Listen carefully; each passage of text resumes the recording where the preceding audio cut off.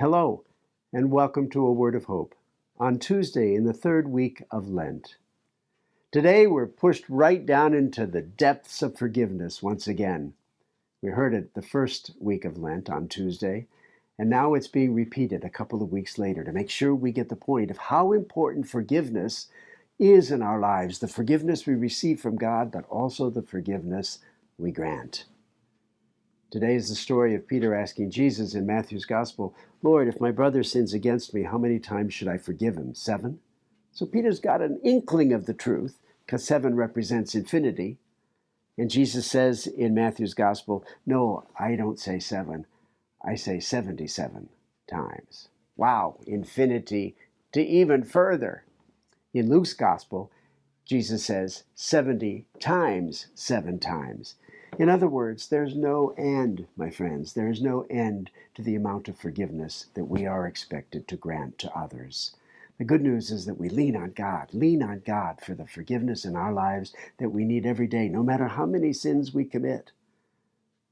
But then we're thrown back to Tuesday of the first week of Lent, in which the Lord teaches the Lord's Prayer, and that line, "Forgive us our trespasses, as we forgive those who trespass against us." Maybe that's the only line we need to say for the rest of Lent. Forgive us our trespasses, as we forgive those who trespass against us. God, I'm not willing to ask of you any more than I'm willing to grant.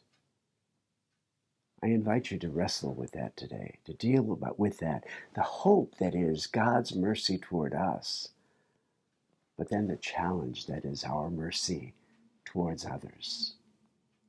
The story that I've shared with you before from Timothy Cronin is quite strong about the forgiveness of Jesus.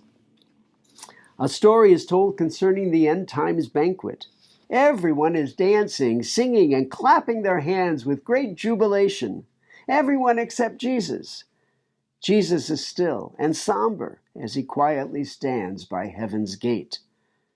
Peter asks him what he's doing there while everyone celebrates. Jesus responds, "I'm waiting here for Judas."